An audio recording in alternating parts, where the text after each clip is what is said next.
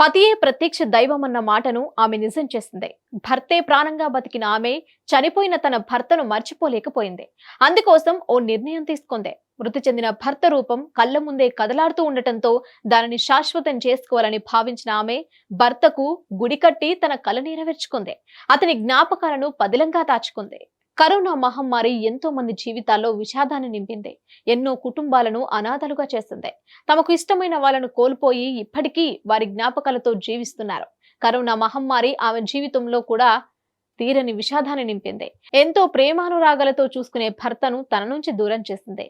3 ఏళ్ల క్రితం కరోనాతో ఆమె భర్త కన్నుమూశాడు. భర్త జ్ఞాపకాలను దూరం చేసుకోలేక మానసిక వేదనకు లోనైన ఆ భార్య గొప్ప నిర్ణయం తీసుకుంది. తన భర్త జ్ఞాపకంగా ఒక గుడి కట్టించి ప్రతి క్షణం ఆ విగ్రహంలో తన భర్తను చూసుకోవాలని అనుకుంది. మహబూబాబాద్ మండలం పర్వతగిరికి చెందిన కళ్యాణి తన సొంత భూమిలో భర్తకు గుడి కట్టింది. బానోతు హరిబాబు అనే వ్యక్తితో ఆమెకు 27 ఏళ్ల క్రితం వివాహం జరిగింది. వీరికి సంతానం లేకపోవడంతో భార్యని ప్రాణప్రదంగా చూసుకునేవాడు హరిబాబు. భార్యకు ఏ కష్టం వచ్చినా తల్లడిల్లిపోయేవాడు. భర్త హరిబాబు అంటే కళ్యాణికి పంచప్రాణాలు. ఎక్కడికి వెళ్లినా ఇద్దరు జంటగా వెళ్లేవారు.